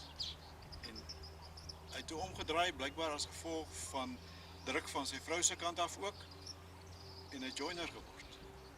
En vir die Engelse vee bymekaar begin maak. Wat later van hom word, weet ek nie. 'n Klein kind van hom het my so dik leer gegee, 'n paar jaar terug, wat nog in my huis is, wat ek nog nie tyd gehad het om aan te vat nie.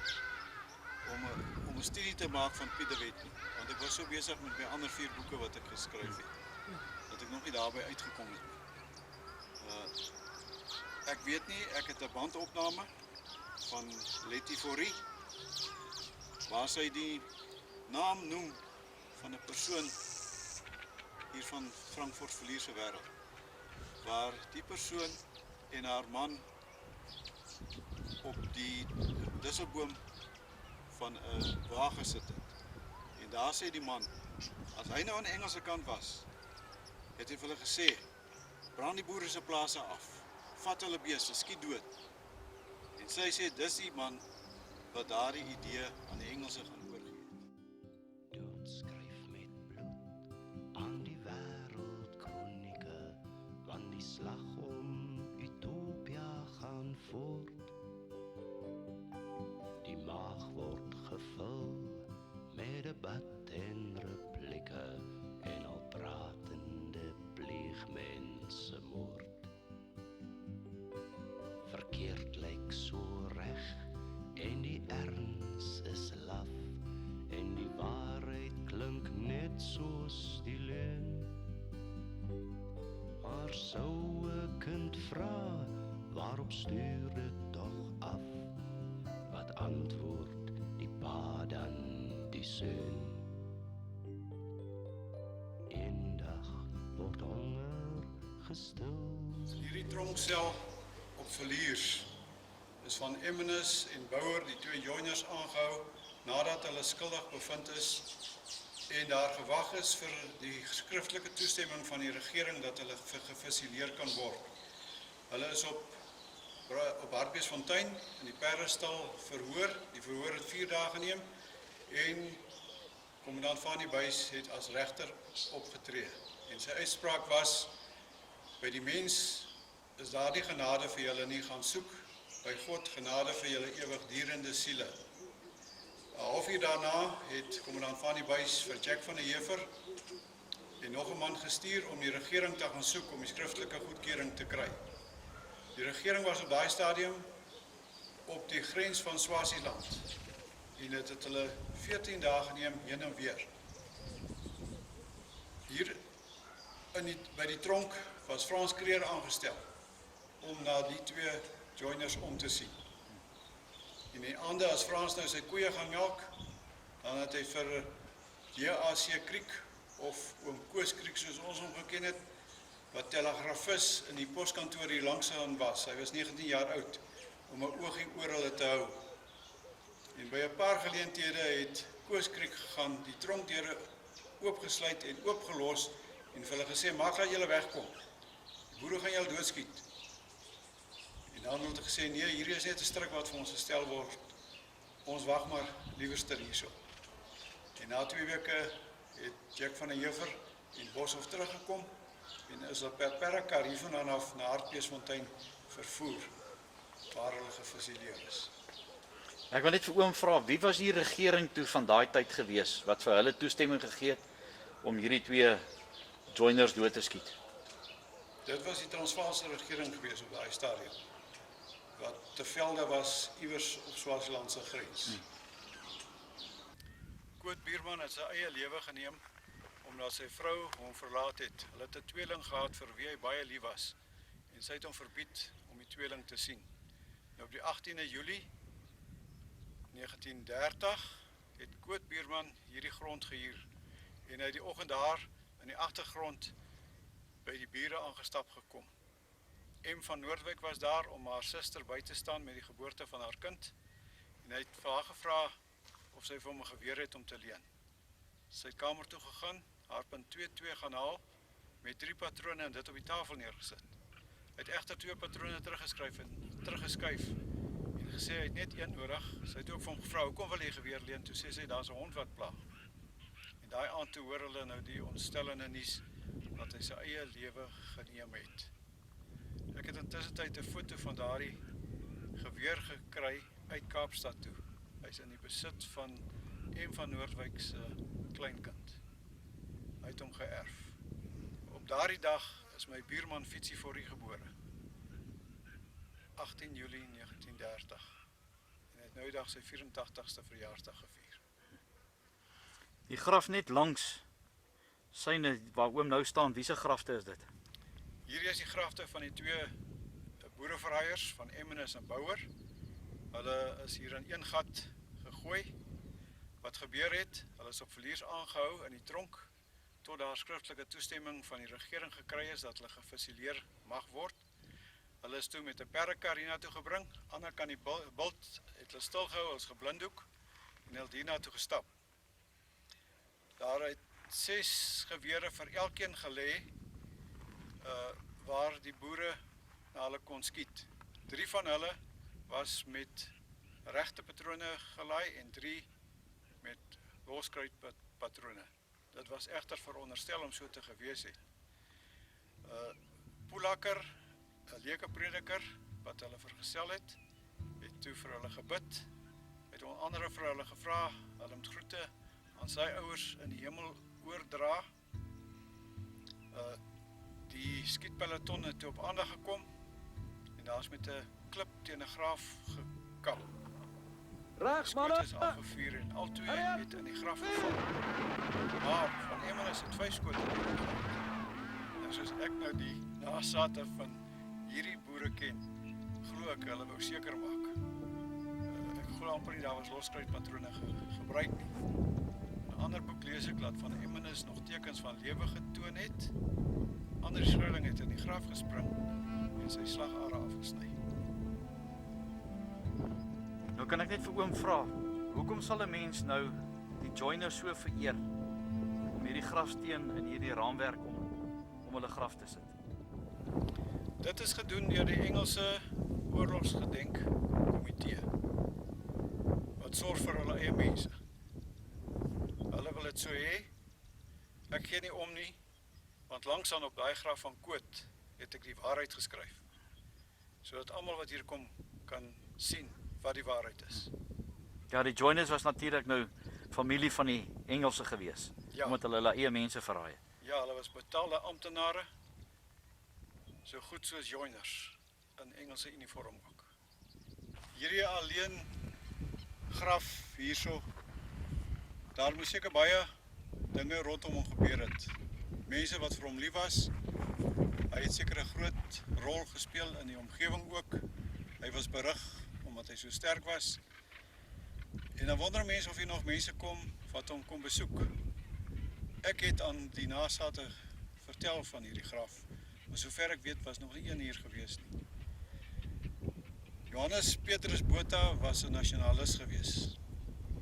En sy dogter raak toe verlief op een van die sappe in hierdie omgewing. En daarvan het Johannes niks gehou nie. Hy het die dogter gevat en hy het haar 'n paar slae met 'n sambok gegee. En toe hy haar klaar geslaan, toe sê hy vir my kind, wil jy nog met hom trou? Toe sê sy, ja pa, ek het hom lief. En toe sê hy, trou dan maar met die ding.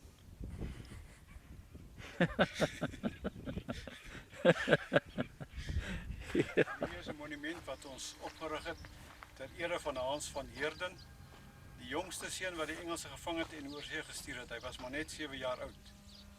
En wat gebeur het, die Engelse wou met alle mag vir generaal Christian de Wet in die hande kry. En hulle 200.000 tommies gemobiliseer om 'n kring te vorm van Volksrus, Standerton, Heidelberg, Vereniging, Heilbron, terug na Harry Smit om die sirkel te voltooi en al daai sirkel al nouer en nouer getrek. En die boere en seuns het vooruit gevlug om nie gevang te word nie, want hulle het geweet as hulle gevang word, gaan hulle oorsee gestuur word. Maar daar aan die ander kant vrede is die kringetjie nou getrek en daar is Hans saam met sy broer Jan gevang en is hulle oorsee gestuur. Na watter kamp toe? Hulle is gestuur na die kamp in Ceylon. Nou, daarna Hans het teruggekom. In die agtergrond is die appelkoosboompie en onder hom sal julle die merasie sien waar hy groot geword het. Hy het toe in die goudmyn op Heksrivier gaan werk. Later is hy Dundee toe in Natal in die steenkoolmyne gaan werk. Maar toe het hy reeds longtering opgedoen en hy Hy's op 'n vroeë ouderdom van net aan die 30 jaar is hy oorlede en daar begrawe. Nou, ons doel is om nog sulke monumente in die omgewing op te sit. Ons is maar net 'n paar mense wat op die oomblik hieraan werk, omdat die platteland so ontvolk het. En as ons fondse kan kry, sal ons aangaan met die ander. Hier is ongeveer in die 50 monumente wat ons nog wil oprig, rig van hier tot by Heidelberg.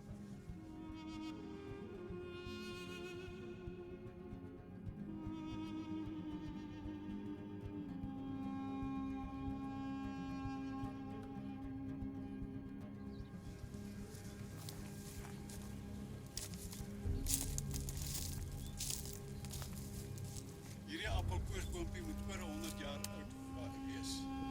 Want hy was hier, toe ons van Heerden hier groot geword het. Die voor my is die oorblyfsels van die huis waarin hulle gewoon het. Nou mens moet jou indink, dit moes 'n geweldige traumatiese gebeure gewees het. Eers het die Engelse hulle meubels en ossewaans en perrekarre daar in Skilkrans by Barnardskof verbrand. Toe die Engelse begin met hulle drives om eintlik vir Christian de Wet te vang. En hierdie kinders het die boodskap gekry en hulle het vooruit gevlug. Maar daar was die kringetjie nou getrek en was daar geen wegkomkans nie. Daar is hulle oorspring is oor 100 jaar oud. Hier het Hans van Heerden groot geword. Hier gespeel, hierdie klippe. Het hy het geken. Hier is die murasie voor my van die huisie waar hulle ingewoon het. En vir hulle moes dit baie traumaties in die oorlog gewees het, want eerstens is hulle meubels en ossewaans en perrekarre daar in Skuilkrans in Barnardskof deur die Engelse verbrand. Dit nie wat nie gebrand het nie, het met 'n hamerstuk in geslaan. Toe het hulle tyding gekry dat die Engelse besig is met hulle drives. Dis kringe wat hulle getrek het van tot 200.000 tommies om vir generaal Christian de Wet vas te trek. En daar aan die kant Vrede by Strijdnern, daar was die kringetjie nou getrek. Er was daar nie meer wegkomkans nie. En daar is Hans en sy broer gevang en is hulle Ceylon toe gestuur. Hierdie was in die Boereoorlog 'n fort gewees wat deur die Engelse gebou was om Styldrif wat net hier aan die Vaalrivier is te bewaak. En hierdie Union Jack is deur 'n Engelsman daar uitgekrap op die klip. Mens kan net nie glo vinnig is hy besig om te verweer nie. Hy sal nie meer baie jare sigbaar wees nie. Ons is nou by Brandkraal, ongeveer so 10 km noord van Verliers, hier langs die Vaalrivier.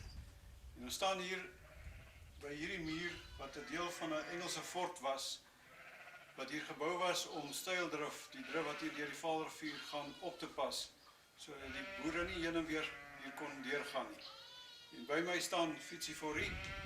Hy is gebore 18 Julie 1930. Hy het hier groot geword. Dit was eers hulle woonhuis gewees en ek gaan nou vir hom Fietsie vra om 'n bietjie meer te vertel van die huis hierso. Die woonhuis het my pa verander. En die gebou wat hier was, het hy nog kamers aangebou, stukkies aangebou. En dit was ons huis gewees. Was dit nou die Engelse fort die gewees? Ja, dit was die Engelse fort wat my... Kyk, ek weet nie of het die mense het vir my gesê is die Engelse fort gewees. En want ek is eers in 1930 gebore. Maar in alle geval het my pa nou stukkies aangebou aan daardie ou gebouetjie wat hier was. En toe het hy nou hierdie deel ook aangebou en hy is dood in 1949. In 1956 het ek die huis daarbo gebou. Kort voor ek getroud is. So die fort was oom hulle se woonhuis gewees. Dit was ons woonhuis. Ja. Dat hierdie deel wat voor agter gekom het was die kombuis wat my in dit was die ou fort gewees. En dan is daar 'n eetkamer aangebou en 'n slaapkamer. Maar die slaapkamer het niemand gebruik nie, maar het het gespook daar het hulle gesê. Nie ons mense, maar die familie wat hier gekuier het. Vertel ons 'n bietjie van die spook, want daar's nogal baie stories in die Anglo-Boereoorlog wat gaan oor spooke. Die spook met my pa ook baie keer. My pa het hom gesien. Maar hy was niks bang nie. Kyk, hy was nie 'n bang mens nie. Hy het baie kere as hy hier uitgestap het, dan kom hy terug en sê ek het weer dit gekry daar waar hierbo was 'n stoor gewees. Hy sê en ek het weer hom daar gekry. En hy het iemand se naam genoem, maar ek gaan nie die naam noem nie. Want dit is mense wat hier naby ons later gebly het. En my pa sê dit is hy. Is dit nou iemand wat oorlede is wat nou so met tye verskyn het aan die mense op die plaas? Kyk, ek sê, ek weet nie of iemand hier, of het iemand is wat hier oorlede is nie. Maar die naam wat my pa genoem het, is iemand wat hier geskiet is deur joiners. Nie dood nie, maar Ja. is hier geskiet. Uit hierdie gebouwtjie uit. En hy en die persoon was baie groot vriende gewees.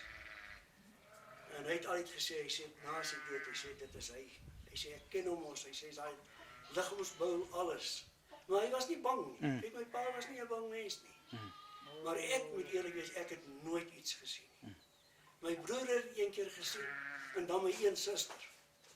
Jy kon haar nie hier van een vertrek na die ander vertrek stuur. Is dit amper iets soos, jy's met die helm gebore? Nee, ek Ander mense sien dit, maar jy sien dit nie. weet nie, Ja. ek glo nie jy is helm gebore nie, dis 'n Natuurlike spook. maar natuurlik. Dit is, maar ek jou sê, die ding het weggeraak, en nooit weer het iemand iets gesien nie. Maar my pa het vreeslik graag hier op die stoep gesit saans. Hy het 'n stoep gehad hier die kant. En dan het hy daar, nou gaan ek my vasbrak. Rietfontein. Rietfontein, daar waar die begraafplaas is, dan slaan daar 'n lig uit. En dan kom daai lig uit, dit ek gesien. Dan kom hy sommer hier so deur die vlakte, en dan is jy uitgaan en jy gaan nou so toe, dan gaan hy sommer voort, hier in die rande op. Oom Willem Beson, Ludwig het hom baie goed geken. Hy het by een van my susters gekuier, en hy het altyd vir my gesê, man, hy sê, daai lig het ek meer as eenmaal gesien. Hy sê, dan sê jou pa daar kom, hy sê, dan spring ons uit, want ek het 6 susters gehad. Hy sê, dan spring ons jong klomp uit, ons wil kyk waar gaan hy heen. Hy sê, dan kom hy vreeslik vinnig tot hier naby, hy sê, as ons nou uithardloop, hy sê, dan gaan hy sommer daar in die vlakte, gaan hy voort, dan raak hy weg. Nou, oom Willem is nie 'n persoon wat Ludwig het hom baie goed geken. Hy was 'n wonderlike man gewees. Maar ek het hom nooit gesien.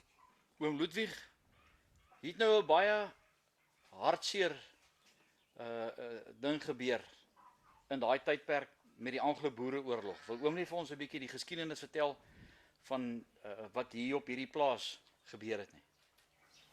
Ja, by geleentheid het die boere 'n trein ontspoor by Grilingstad. En daar was baie voorrade op.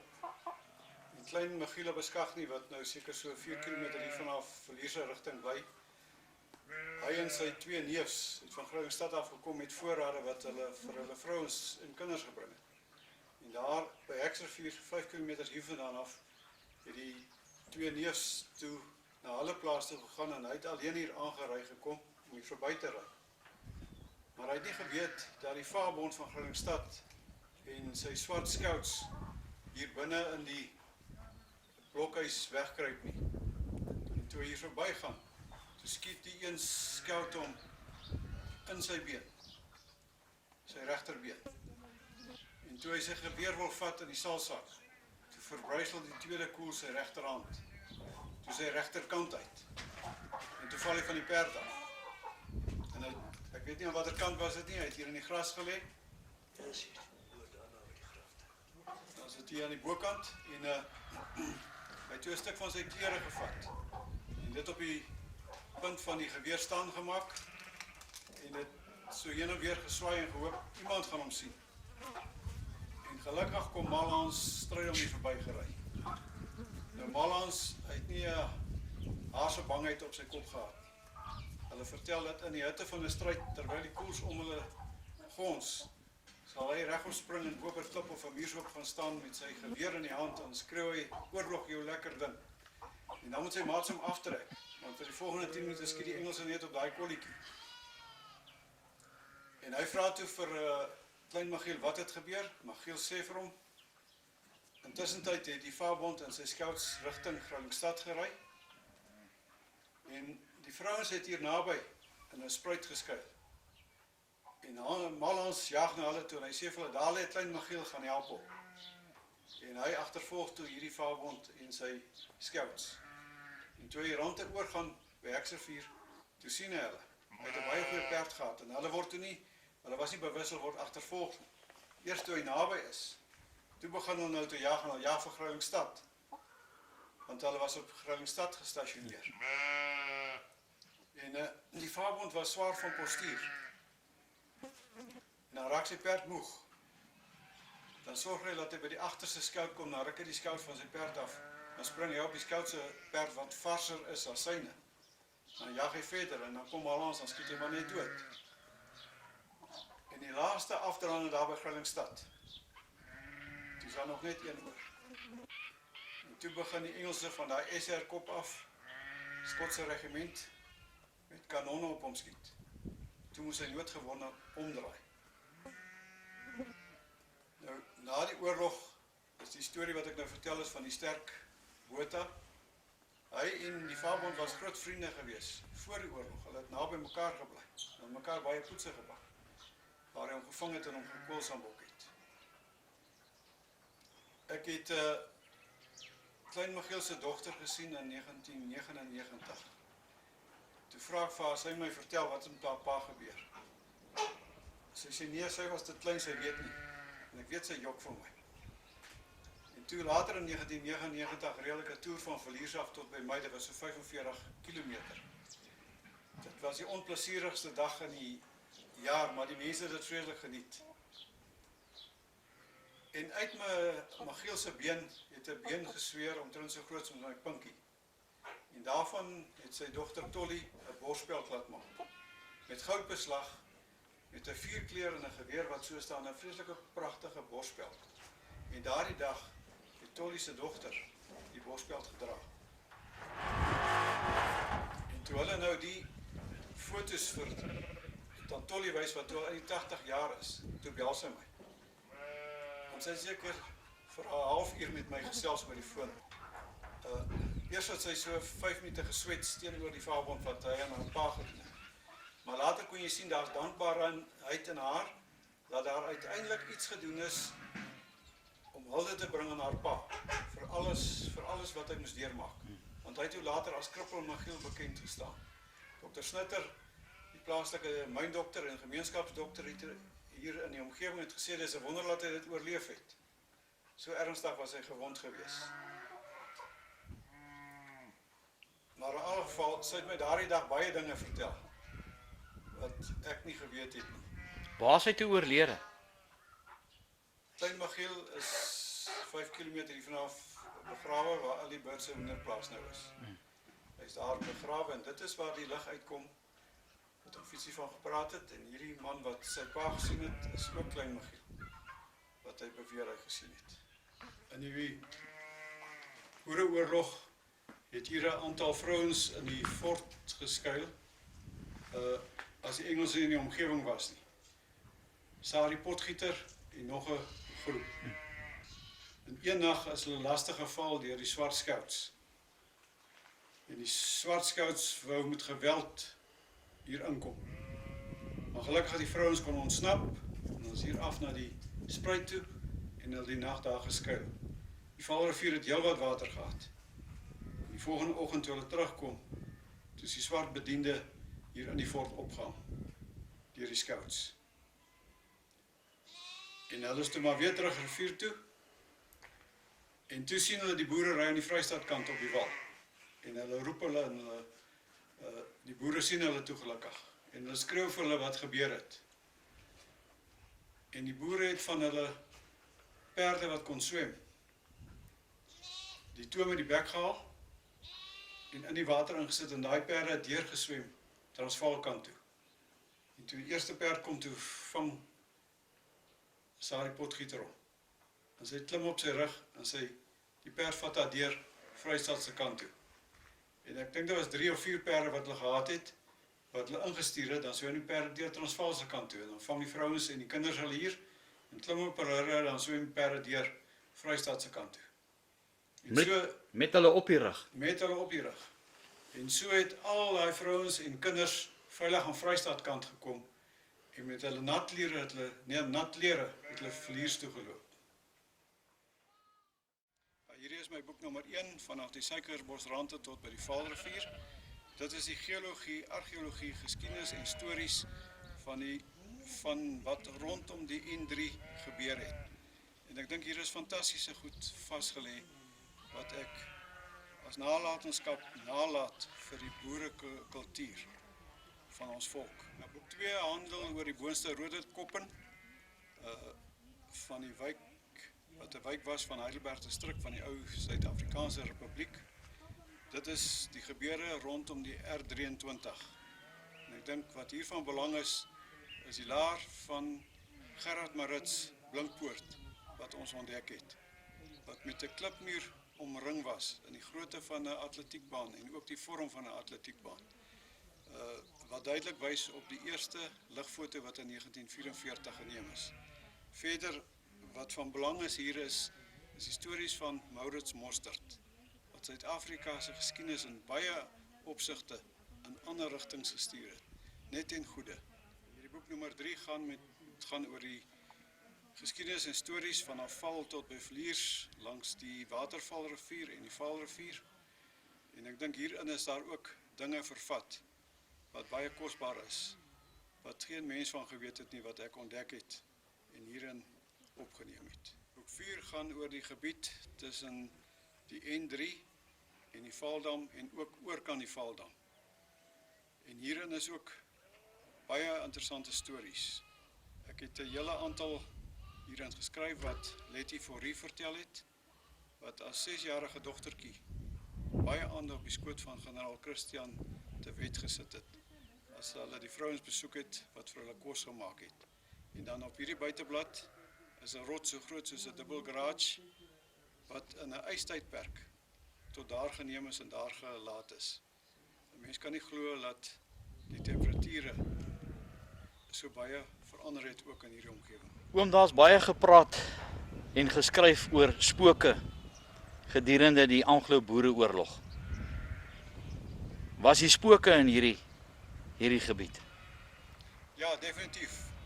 Mense met baie hoë integriteit het vir my vertel wat hulle beleef het in die oorlog en ook daarna en ook nog op die oomblik. Dis ongelooflik, maar dit is daar. Ek is nou nie een van die wat self spooke sien nie, maar ek het baie bewyse van verskillende mense wat in hierdie omgewing plaasvind en dit sal seker lekker wees as ons een naweek hier by mekaar kan kom. Op een van hierdie ou afgeleë plase en ons kan daar ons tente bring en daar in die nag sit en luister of ons nie dalk weer van die spooke sien nie. Ek gaan net nou al vir julle sê, as ons gaan hardloop ek heel voor. Ek sal 'n liggie agter my rug hê sodat julle my kan volg.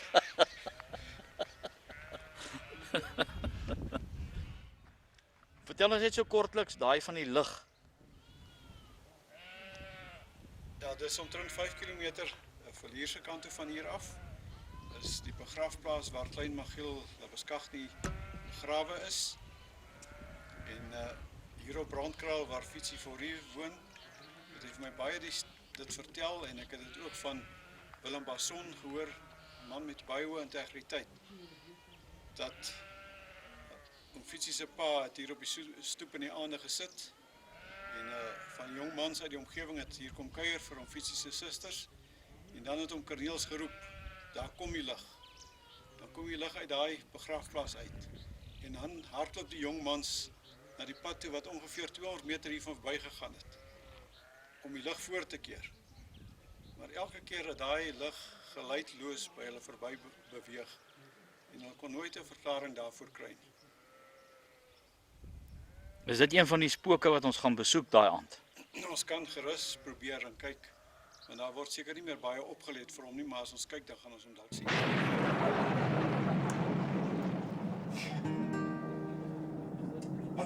Daar oor kan die rivier, langs die kerkhofmuur, brande in die nag gespooke vuur.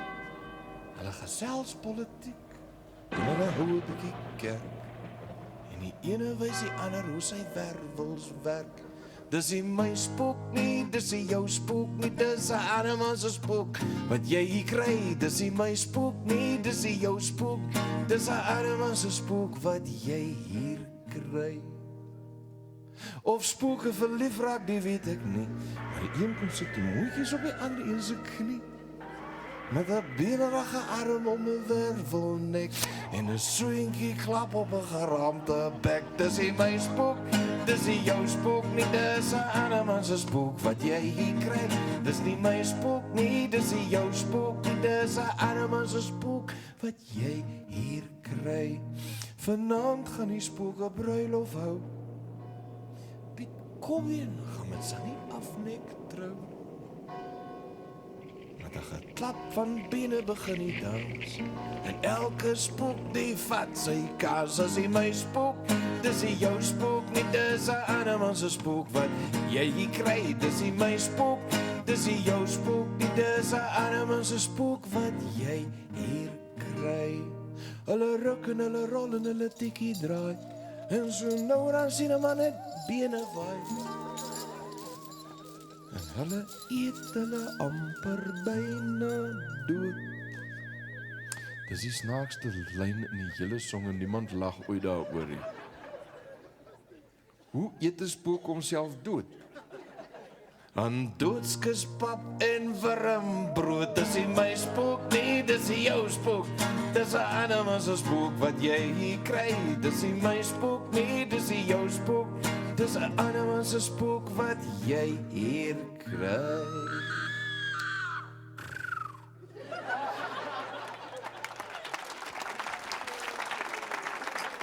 Duif.